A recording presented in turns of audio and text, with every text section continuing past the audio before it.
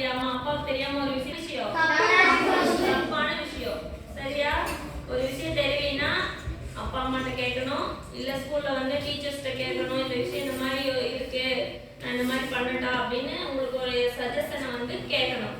கேட்காம எந்த ஒரு தவறான இதுலையுமே நம்ம போகக்கூடாது. ஓகேவா? நம்ம படிக்கிற பசங்க நம்மளுடைய லைஃப் எதுவும் ஸ்டார்ட் ஆகுது, ஸ்கூல் லைஃப் கல்வியில இருந்து ஸ்டார்ட் ஆகுது. ஓகேவா? யாரும் போய் பேசக்கூடாது, ஒழுக்கமா இருக்கணும். அப்புறம் இன்னொருத்தவங்களுடைய பொருளை வந்து நம்ம எடுக்கக்கூடாது, கேட்காம எடுக்கக்கூடாது. நமக்கு தேவை இருக்குன்னா அவங்கள்ட்ட கேட்கணும். இல்ல அவங்க தரமாட்டேன்னு சொல்லிட்டா கூட நம்ம வீட்டுல போய் சொல்லணும், எனக்கு இது தேவைப்படுது, தேவை உள்ளதுக்கான மட்டும்தான் நீங்க அதை பேசணும்.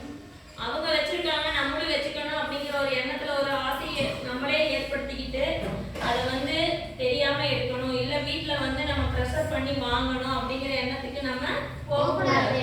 நம்மளுக்கான தேவை ஒரு பென்சில், அது வந்து 5 ரூபி பென்சிலா இருந்தாலும் நல்லா தான் எழுதும், 15 ருபீஸ் பென்சிலா இருந்தாலும் அதான் எழுதும். நம்மளுடைய குடும்ப சூழ்நிலை பொறுத்து நம்ம எந்த பென்சில் நம்மளுக்கு எப்படி தேவைங்கிறது யார் நிர்ணயிப்பா?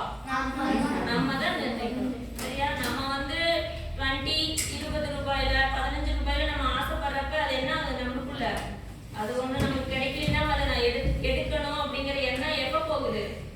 அந்த இது நம்ம அதுக்கு வந்து நம்மளுடைய சூழ்நிலை நம்ம தேவைக்கு அதிகமா நம்ம யோசிக்கிறப்ப அந்த பொருள் தேவைங்கிறப்ப நம்ம அதை தெரியாம எடுக்கணும், இல்ல வீட்டுல போய் சண்டை போட்டு வாங்கணும் அப்படிங்கிற எண்ணத்துக்கு நமக்கு போறோம். ஓகேவா? அந்த மாதிரிலாம் இருக்கக்கூடாது.